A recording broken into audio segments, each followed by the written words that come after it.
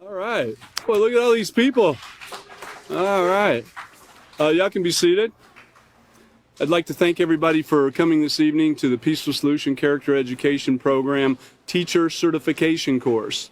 And for all of you that are here and all of you that are online, we thank you again for being here. And also for those of you online, you can go, if you're watching on Facebook, you can go up to the top right-hand corner and you'll figure it out. You can actually download the entire book, whichever books you need, actually, for the Peaceful Solution, and you can follow along in class. We are in the self-control unit, and tonight we're going to be continuing on, a portion of Ambassadors of Peace, which is, well, I'll give you the page in just a minute, but Self-Control in Society, and I think it's 175, 176, 177, and 178. Sorry about that. We'll be on one page, on 178, but we are going to first go to Lesson Plan 6, page E, and we're going to look at procedure number 9. Now, in the Peaceful Solution, you have a guide to take you through the entire chapter if you're a teacher, and you need to follow this guide. It's there for you, and it gives you examples, or it gives you suggestions on what to do, and it lays it all out in a great order. So let's look at procedure number 9. And as I said, this is Ambassadors for Peace activity, Ambassadors for Peace.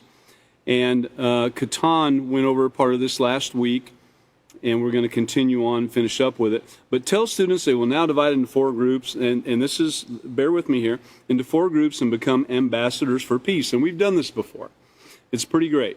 But assign each group a scenario and allow them to work out among themselves how to answer the questions, writing their answers in their handbooks, and on pages 177 and 179 through 179. And then, you know, if you're doing this activity, after about 7 minutes, you allow a diplomat from each group to tell the class how they would handle the situation, okay?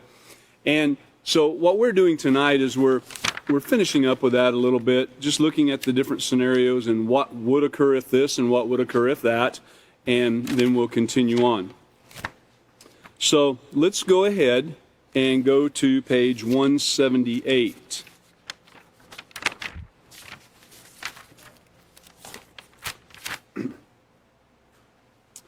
We'll be starting at number 3 on page 178. And so this is one of the scenarios where you would, you know, talk amongst yourselves and figure out what to do. We're going to move through them fairly fast, I think.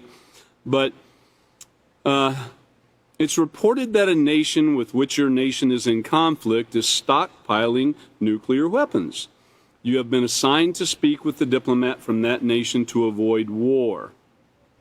So get this, put yourself in that position for a minute. You have been assigned to speak with the diplomat from that nation, so you're a diplomat too, from that nation to avoid war. Now, what could occur if self-control was not practiced, and what could be some possible consequences? Can we have the first slide, please? So, if self-control were not practiced, and someone was offended and you dealt with them wrong, remember, you're the diplomat, you know. And if you didn't take time to find out what was really going on, find out the truth and everything, these are some of the things that could occur. If you could show that slide again. You see the nuclear weapons. Remember, it's reported that a nation that you're in a conflict is stockpiling nuclear weapons. And if you look at that, you can see we've got a few choice nukes there for you to look at from different time periods and from different countries. But this stockpiling of nukes, you know, it can turn into a nuclear war. You can drop that slide for a minute. It could turn into a nuclear war. You know, in fact, if you're listening to the news, you're hearing it talked about all the time. I mean, you can't get away from it. They're always talking about possible nuclear conflict, possible nuclear war. We might use nukes. The nuclear power plant might get blown up. You know, it's just constant. Let's look at the next slide, please. the next one. Okay, so some of the things that could occur is not just nukes, but any type of war. War is war. Now, it can include nuclear weapons, or it can be a ground conflict, or Air Force and Marines and Navy and so forth. But you've got you've got a plethora of different military agencies that can come against any situation, and so do other countries, And so these are some of the things that can take place. What you might, if things aren't going well, you might cut off their trade and put some sanctions on that country. They might do the same thing to you. Most of the time, if you're the stronger country, you're the one who's putting the sanctions, and the weaker country is the one that's being, hurt by them. You can drop that slide. And then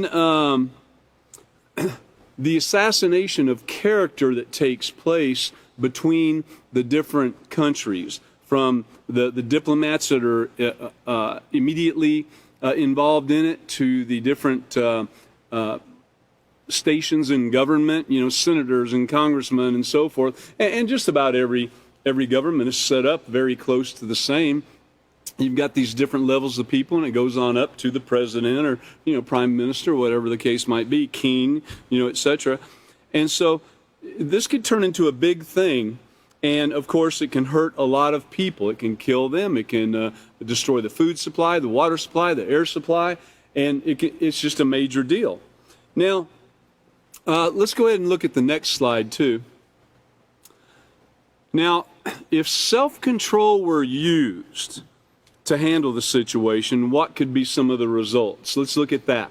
Well, if self-control were used and you had some meetings with different, look at the picture there, you can see a couple scenarios where you have quite a large group and a few smaller groups, but you could arrange for a summit meeting with the country, or even one-on-ones with people that are decision makers on how to better help each other. And that's the bottom line here. And you could drop that.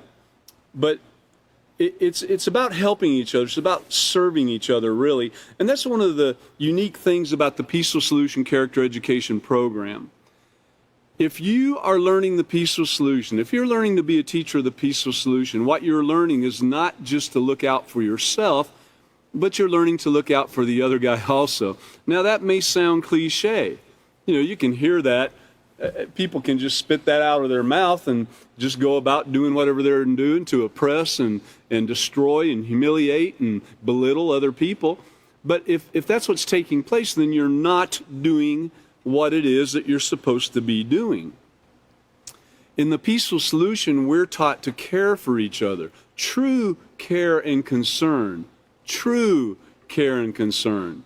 We're not just interested in you getting a meal today. We want you to get a meal every day. We're not interested in you having clothing for just today, or shoes for just this week. Or we want you to be able to have clothing, shoes, food, shelter. That's the Peaceful Solution way. But we also want you to be able to do these things on your own, to achieve a certain amount of responsibility and care and concern for yourself also, as well as for others, so that you have something of benefit to add also. And that's the whole thing. It's about helping each other. And so really, if self-control were used in this situation, like in having the meetings and so forth, if your true concern, if your true intent of your mind and heart was to find out what the problem is and see how you could help these people, this other country, so forth and so forth, then you're going to go a long ways towards having success in solving this situation and being the diplomat of diplomats, because that doesn't occur too much in today's society. Let's look at another situation here. It's reported that a nation is abusing some of its citizens by removing them from homes and forcing them to move to another location and depriving them of their basic needs such as food, shelter, water, and you have been assigned as the diplomat to talk to this nation about these. Well, if self-control were not practiced, now this is, number 4 on page 179 now. If it were not practiced, it's basically a continuation of what we just talked about. It will lead to war. I mean, it'll lead to either internal war, external war, other nations involved. These days, it's pretty tough for a nation to do this to their people and there not be other nations that are going to get involved, whether they want them to get involved or not. And that's another part of the peaceful solution, which we need to try to remember, is that yes, people ask for our help. People ask for your help.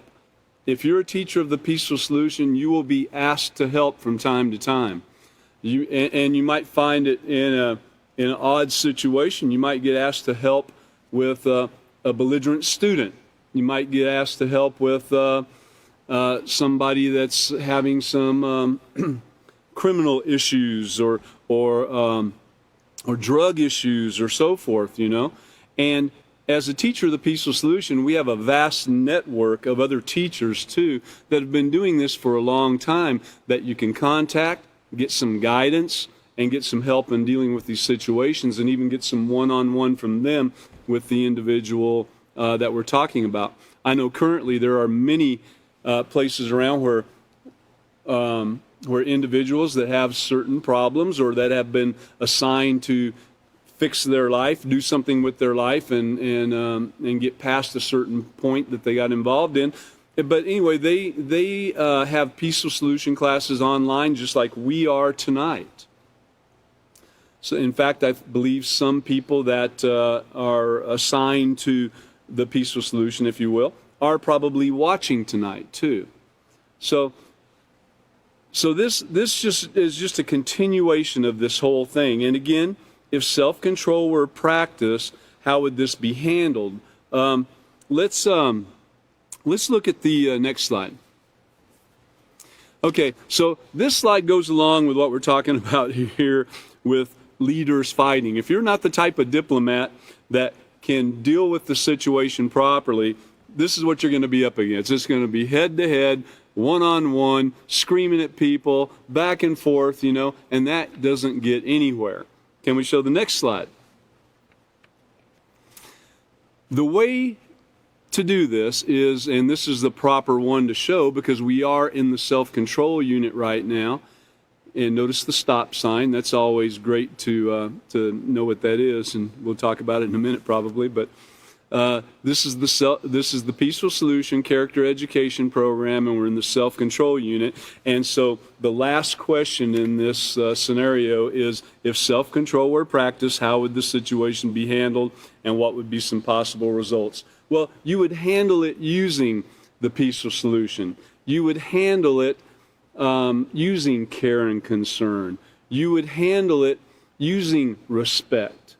And you would truly want to find out what caused this whole thing anyway and try to solve it. And this is the way to do it right there. You're looking at it, the peaceful solution. And so the possible results and outcome of that is that the conflict is ended, that there is no more problem, and you've made friends instead of enemies. And now you have a country, a nation that is a friend of yours, willing to help, and you're helping each other. And that's really the best way to be. I mean, I guess people, politicians and so forth, they want to be in control, just in control of everything. They want to be in control of the other nation. They want to be in control of every movement that the people make. But that's not necessary. Not everybody wants to be controlled, especially if it's oppressive and so forth. So working together, helping each other, no one having to say, hey, I'm better than you, you listen to me, and all that fighting that takes place. So this is how the peaceful solution can help, by learning the peaceful solution, And in the character unit, on page 106, I'd like to remind you of the ripple effect. The ripple effect. And so when this takes place, whether it be the conflict and the offensive type of trying to be a diplomat and forcing someone to do something, or the peaceful way in truly caring for others and trying to help them, whichever way it goes, there's going to be a ripple effect to that just keeps going and going and going. It's the ripple effect. I'm going to read this. It's just part of it. Page 106 in the character unit. Two of the most devastating results of negative character in our society and our world are violence and crime. Now, the ripple effects from violence and crime have an impact on everyone. When a dishonest person steals someone's possessions, which, if you're going in and forcing somebody, trying to force someone to listen to you and tell them how to run their country, you're stealing from them. You're stealing their authority. The crime of theft does not stop with the victim. The victim will most likely become afraid and overprotective of their belongings, and this fear and distrust will ripple outwards to their friends, families, and neighborhood. And so is the same with nations and the people of that nation and other nations that are friends with the nation that you're trying to force them to do something, and so forth. So on page, let's go back to the lesson plan real quick on lesson plan 6, page E. And let's look at procedure number 10.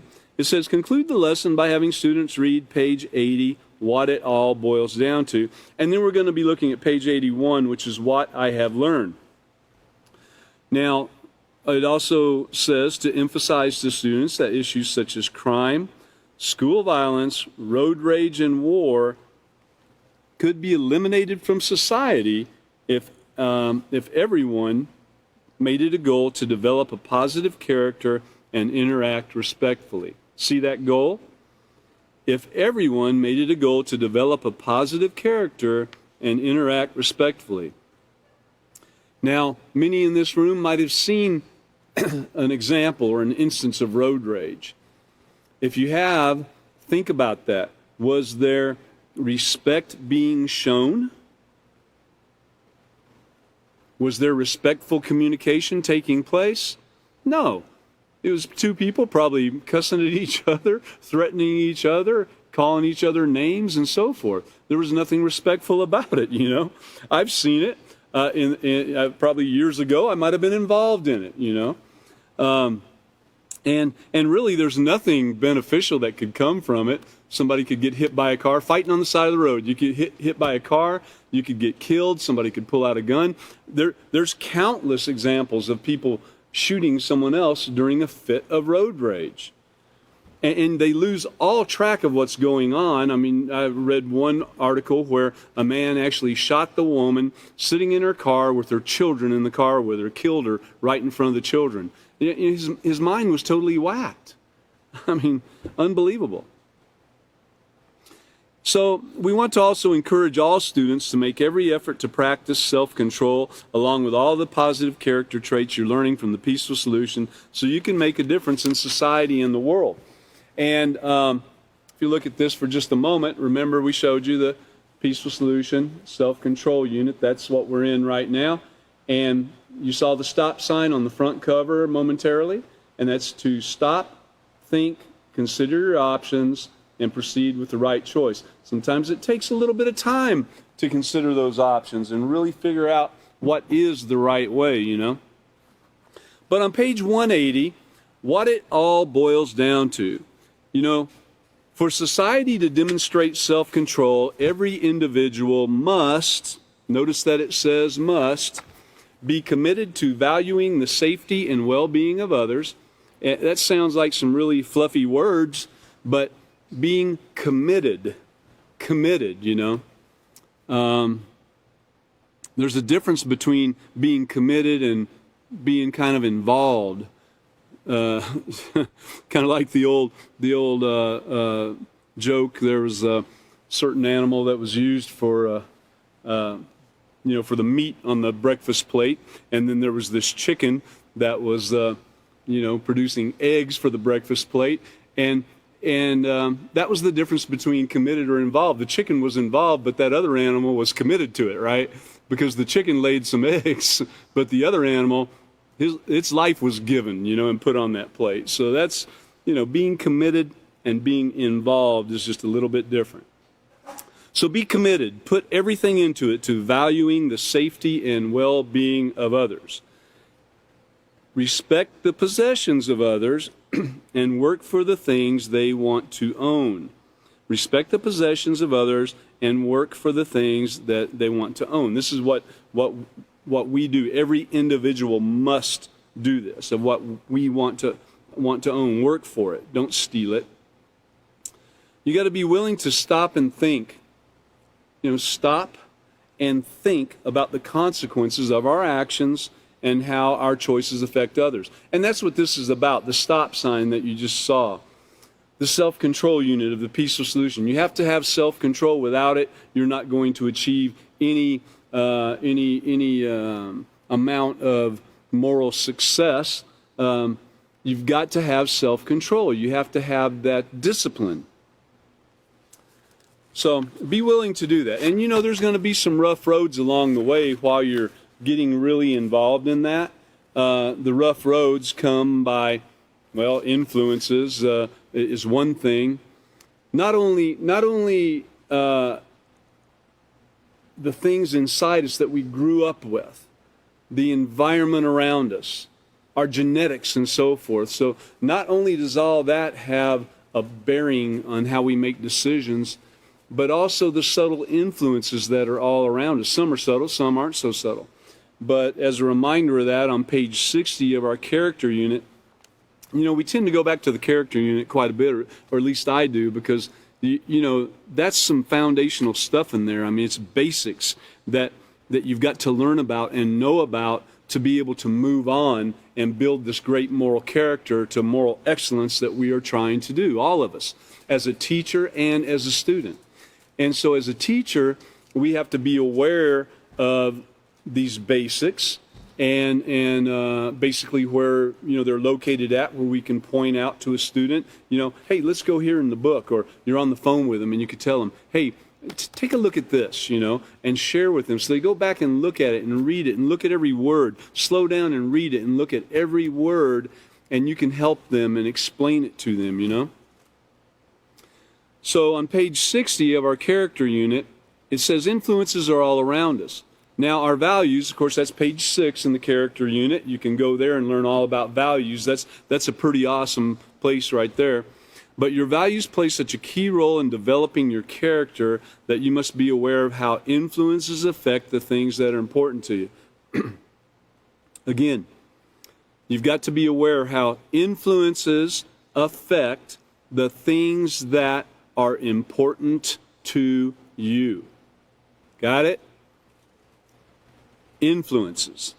An influence is something or someone that has the ability to affect your attitude, your way of thinking, your feeling and behaving. One of the places that I used to work, that sales was everything, but in that, you could not go into the room, the sales room, and miss this sign that attitude is everything. And that's true to a degree, because if you have the right attitude about learning the peaceful solution and putting this to work in your life, you're going to go far. If you don't have the right attitude, and maybe someone has not actually forced you, but made it highly likely that you would choose the route, possibly against your own desire, but knowing that it would be better for you. If you have a bad attitude about learning the peaceful solution, it's probably not going to go too far, because you're really not going to put it to work in your life and have that attitude of wanting to learn more and more and more. So, an influence is something or someone that has the ability to affect that attitude, your way of thinking, feeling, and behaving. And these influences also come from your instructors and teachers and other students around you, other people around you, your environment at home and so forth. So you've really got to be aware, because everything that you hear, everything you see, everything you touch, everything you smell, everything is an influence to you, whether for better or for worse. Because influences, I'm going to tell you now, man, it can start a video playing in your mind just like that. A certain smell, and you remember who you were with, what you were doing, what was going on, and it just replays like a video. Or, you hear, especially songs. We've talked about this often, and how music is such a big influence on people, because you hear that song and it takes you right back to 1975 or whatever year you want to choose. And it takes you right back to it. You were riding around in your Volkswagen Super Beetle with the mind blower speakers blasting and blaring your brains out, with that song playing and acting like a jerk. So think about that. Think about how quickly it takes you back. Think about how quickly it can change your feelings. Remember, the influence is something or someone that has the ability to affect the attitude, the way of thinking, the feeling, and the behaving. So you can think about what it did to your feelings and where it went next, and possibly how you started behaving. It's big time. You cannot cut this short. It's big. Okay. All right, well, we're going to continue on to what I have learned. Now, what I have learned is kind of a wrap-up of the chapter, and it allows us to go back and review just a little bit. We're not going to spend a lot of time on each question, or in each bullet point, I should say, but let's go ahead and get started. Now, what I've learned on page 181, actually, each person has the choice to practice self-control in their lives. And notice it says the choice. And this is what we've got to remember, that without choice, it really doesn't matter. What I mean by that is, you can force somebody to do what you want them to do. It might even be better for them. You might be forcing them to do what you know is best for them. But until that person can make the choice to do that thing, you've achieved nothing. You force it, but you've achieved nothing, because the minute you're not around, they're going to go back to doing what they were doing. It's just party time again. So each person has the choice to practice self-control in their lives. So what we want to do as a peaceful solution teacher is we want to give the knowledge, the power, the information. We want to be able to give that to the student to where they think about making a choice rather than just going and doing what they normally do and making the bad choice. They think about their choices a little bit more, and they stop and they think. Remember they stop and think about these things. You stop and you think about those choices before you just go all out and do it. So that's what we're trying to do, is get people to choose, but we want them to choose the right way. Amazingly, everything in your life is a choice. Everything that you do. Your actions throughout the day, it starts out from whether you choose to get up or not, whether you choose to eat or not, what you choose to wear, simple things, to choosing to go to work, to choosing how your attitude is going to be for the rest of the day. Yes, you choose it. Nobody sets it for you. You choose that, okay? So each person has the choice to practice self-control in their lives, and they can choose to acquire their belongings honestly, without stealing, without extortion, without force, and can control their emotions and communicate respectfully if they want to live in a peaceful society. Now, you could ask 100 people if they want to live in a peaceful society, and you'll probably get 100 people to answer yes. Unless you got someone just being kind of a fool and wanting to be belligerent and everything. I don't care about no peace. Get away from me, man. But really, if you ask 100 people, you're probably going to get 100 yeses. But how much do they want to live in a peaceful society? And do they even know what the definition of a peaceful society is? Do they know what peace is in their life? Have they really ever had it? They might think sitting at home, eating whatever, that they might be putting in their body that's hurting them, but sitting at home watching some violent movie or playing a violent video game is peaceful to them, because it's not occurring to them out in real life. They're not really getting their car jacked or their head beat in or something like that. They might think they're living in peace, and that might be their thought of what peace is. Let's turn over to page 153.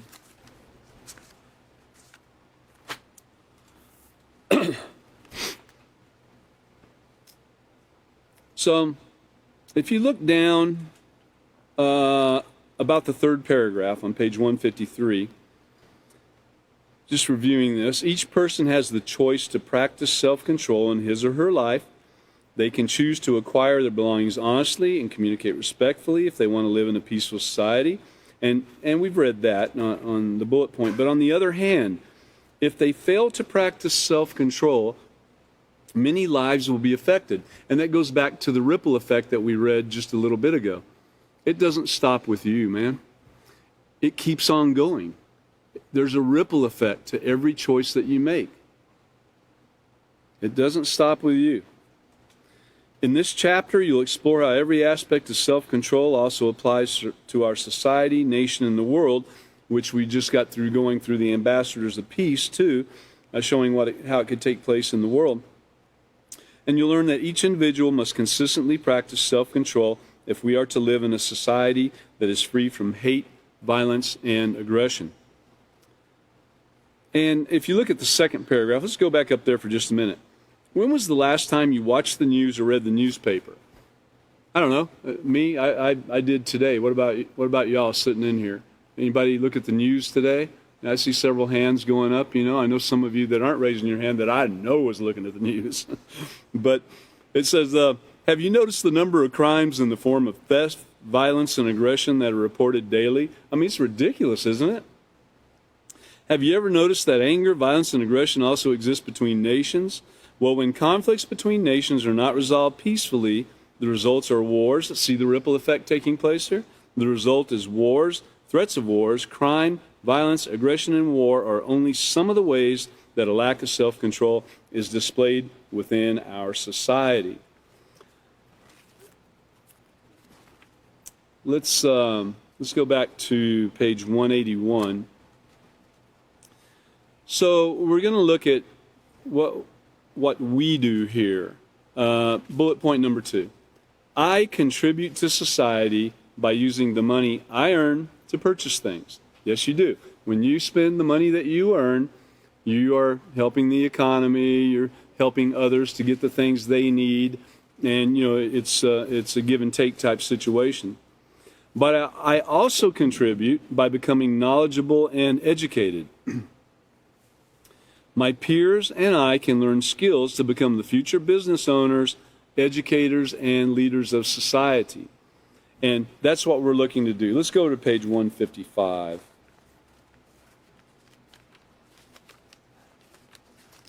Page 155 in your book, if you have it. Up at the top of page 155, you know what? Look over at page 154 for just a minute, because I want to mention this ripple effect again. But if you look down at the bottom, kind of the middle paragraph there, it says both positive and negative actions can affect how society functions. And have you ever noticed what occurs when a pebble is dropped into a pool of water? Okay, so you already know what we're talking about here. The pebble hitting the water causes a series of circular ripples, each circle larger than the previous one, and this is called the ripple effect.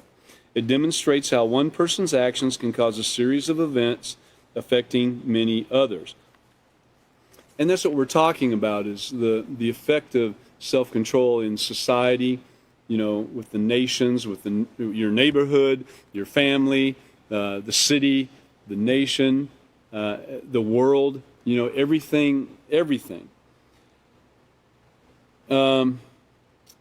So, for instance, if one person in a neighborhood commits a crime, the peace and safety of the entire neighborhood is affected. On the other hand, it takes only one person to make others aware of a problem within the community and gain support to deal with it effectively. Now let's go on over to page 155 and look up there at the top. Did you know that you also contribute to society? Yeah, each and every one of you sitting in here and each and one of you watching out there, you contribute to society. You do. When you use your allowance or money obtained from doing jobs to buy, an outfit, shoes, candy, food, whatever, you contribute to the economy and keep businesses flourishing. This ensures that you will continue to get the products and services that you have grown accustomed to. Obtaining an education is another way in which you contribute to society by becoming educated, and mark that word for a minute. By becoming educated, you become the hope for tomorrow. You can be the future business owners, educators, and leaders of our society. Now, that's great in being educated in, reading, writing, and arithmetic, right?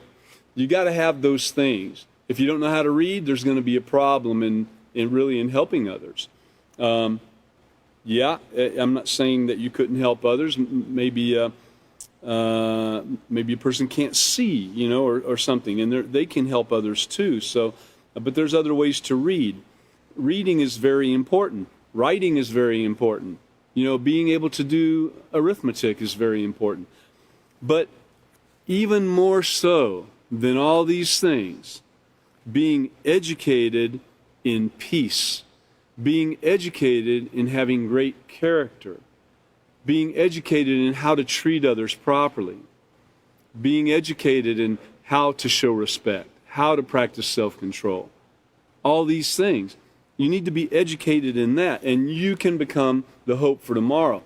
Because I really would venture to say that most politicians and presidents of the world and prime ministers and ambassadors and you name it, I would venture to say that all of them know how to read and write and probably know how to do math pretty well too. And that has not been able to stop war, has it? I don't know how many wars are raging right now at this time, but there's a bunch of them. It hasn't been able to stop the threat of nuclear war just by me knowing how to add 2 plus 2 or 258,026 plus, whatever. Just because you know how to add, just because you know calculus and trigonometry, just because you know these things, you're educated in that, but are you educated in peace? That's the important thing. Because if you have peace, you can get this other education.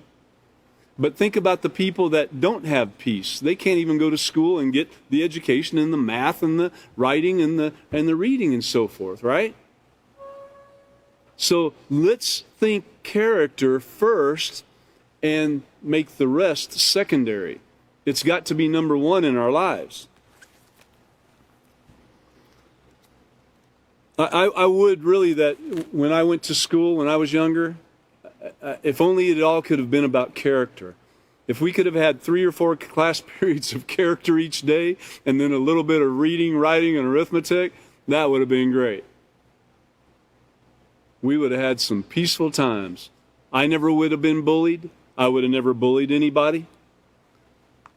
None of my friends would have died from doing drugs or driving while intoxicated or taking their own lives.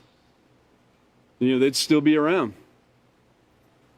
I think, I know a lot of you that are sitting in this room tonight, and I know that if you think about it, everybody's life would have changed if only in school or at home, we would have been taught number one thing in our life, not to get educated so we could get a job, but to get educated so that we could live in peace with each other.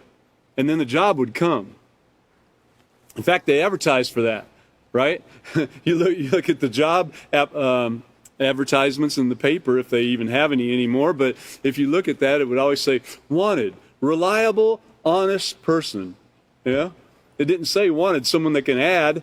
Of course they want that too, but number one was they wanted somebody reliable and honest. But yet it wasn't even taught to us as the number one thing in school. In fact, it was put on a back burner so far back. Think about it. All right, let's go to the next point.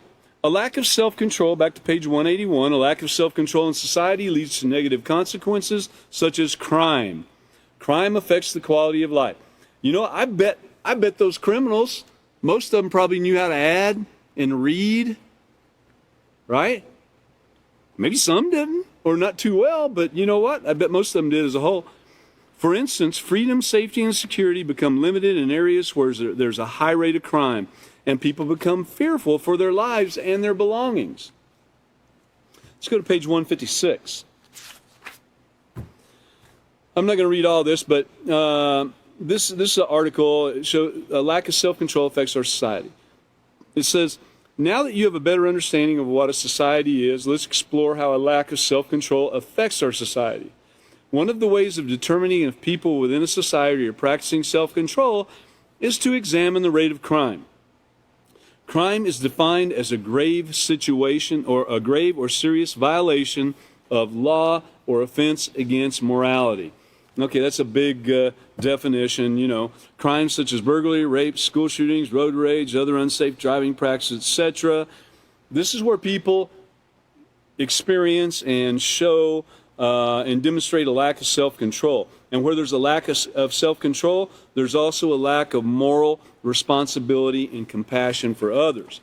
And over on page 157, if you look up at the very top, it says, let's take a closer look. And remember, we're talking about the effects of this on having or not having self-control on society, right, as a whole. So when even a few people within a society lack self-control, everyone is affected in one way or another. Take a closer look at how crimes such as theft, school shootings, road rage affect both the individual and our society. And down at the bottom, in an area where there's a high rate of theft, nothing is safe. In order to keep themselves and their possessions safe, people spend a great deal of money to buy locks for their doors and windows, security systems for cars and homes. They buy, trained dogs to frighten or attack thieves, and they purchase burglar alarms, all this stuff just to keep everything safe. Cameras everywhere on their porch to catch the porch bandits, all that stuff.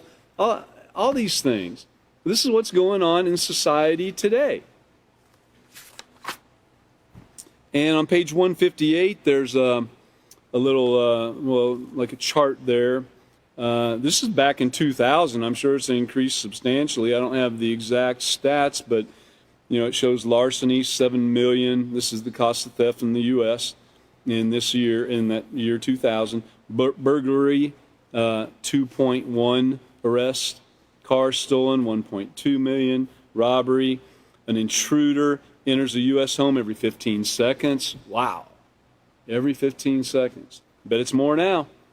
60% of residential burglaries occur during daylight hours. 63% of the burglaries involve forcible entry. And from 1990 to 2000, consumers spent more than almost 43 billion on home security. It's a lot more than that now, I assure you, with the cameras and everything that are available to be put out in these days, And then, of course, you got, turn to page 161, what's society's response to these crimes, It isn't teaching peace. It isn't demanding that the peaceful solution is taught in all schools as their #1 program and put all this other stuff on the back burner. No, all this stuff that costs society so much, what's the response? Well, because theft occurs more frequently than other crimes, we focus primarily on its effect on the individual and society. However, many other types of crimes are committed every second, and it goes into crimes such as rape, assault, murder. All these things come from a lack of self-control and have many negative, long-lasting effects on society. Crime causes fear, hate, distrust. I think back, and it took me a minute to remember, but I've been robbed twice.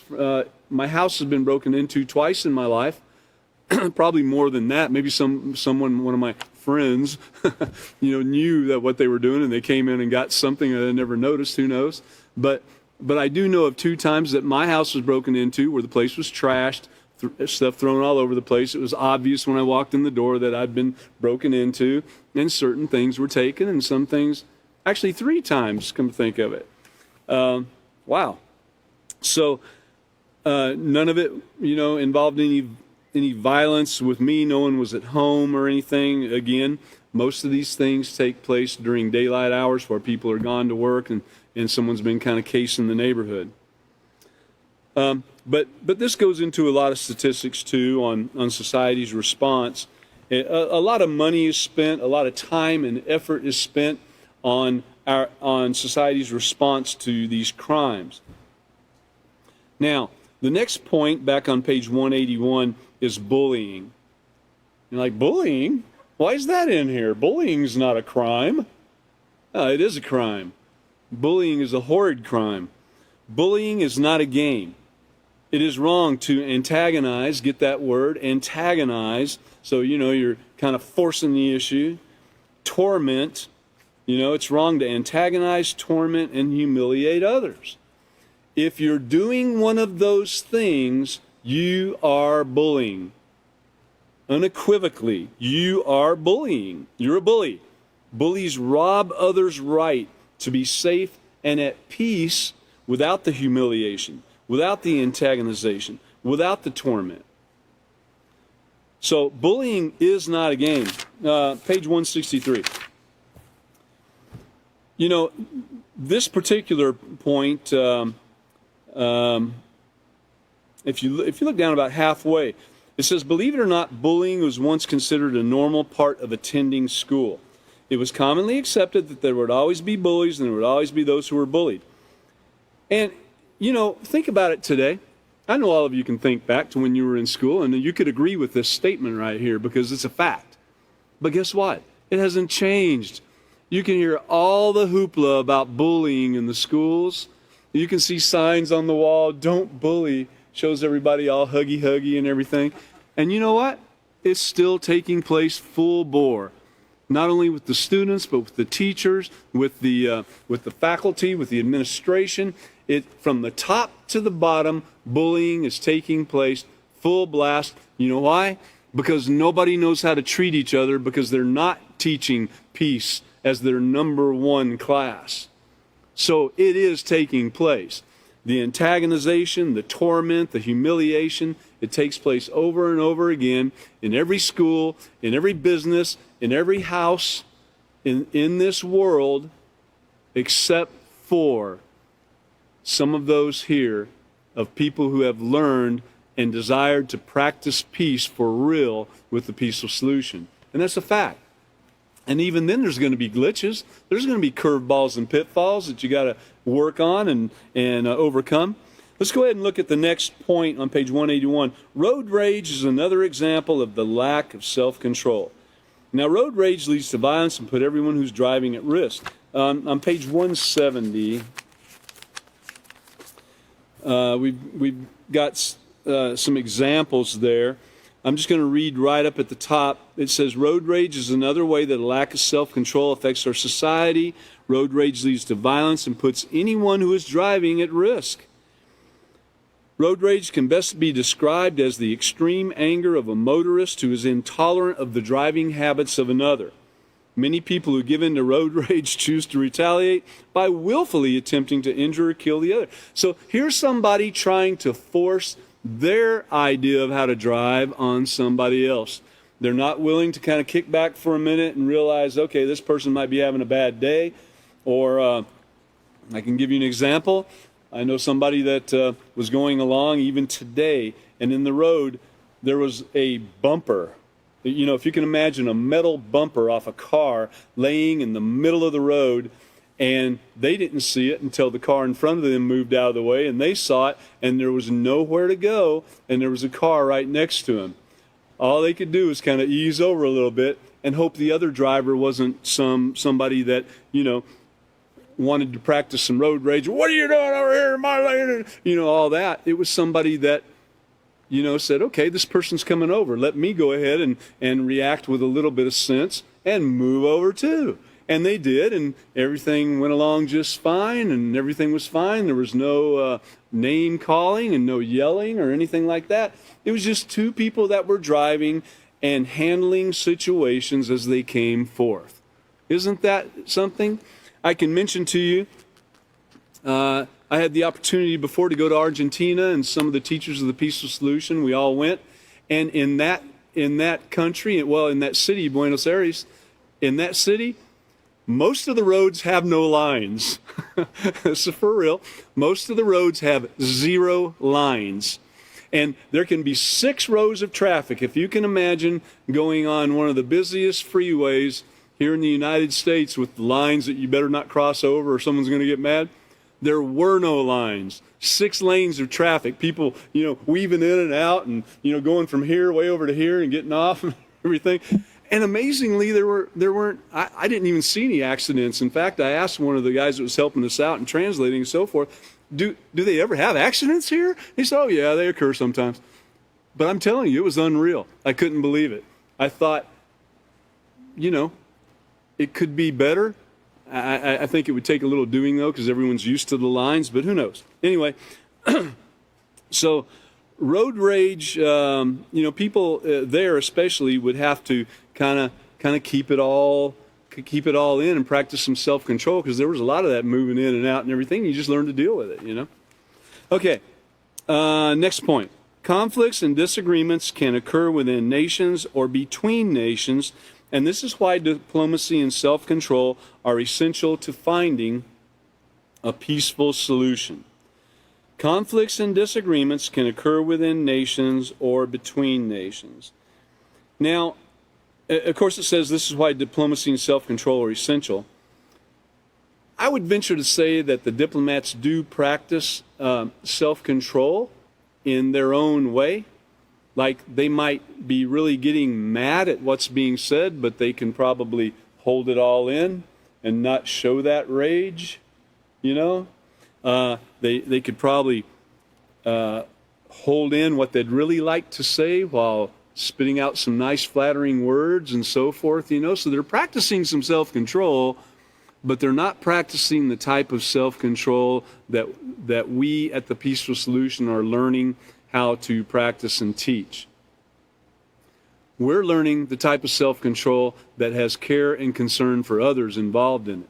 The type of self-control, I'm going to hold this up again. The type of self-control where you stop and you think and you consider the options that aren't going to hurt you, anyone else, or property in the environment, and then you're going to proceed with that right choice. And that's the type of self-control we want, is that kind. Not the type of self-control that's going to hide your true feelings and continue to help you to belittle and oppress this other nation that you're working with as a diplomat. It's the type of self-control where you're thinking about the best thing for them. That's what we want to do. So diplomacy and self-control are essential to finding a peaceful solution. If you turn over to page 173, you can review this in this section. It's society on a global scale. And, we've covered that through the ambassadors of peace and everything here too. But the last concept that'll be considered in this chapter is how the self-control affects our society on a global scale, the community, the state, the nation, the world, and how conflicts and disagreements can occur within these nations just at the drop of a hat. The influences are so prevalent out there, And so in order to solve these, if you look at the paragraph just after the bullet points, it says, in order to solve these differences, each nation assigns diplomatic ambassadors to meet and negotiate ways to peacefully solve the conflicts. The only peaceful way to solve a conflict is when you do show care and concern for the other party. That's peace. That's the peaceful way. What they're talking about is just negotiating.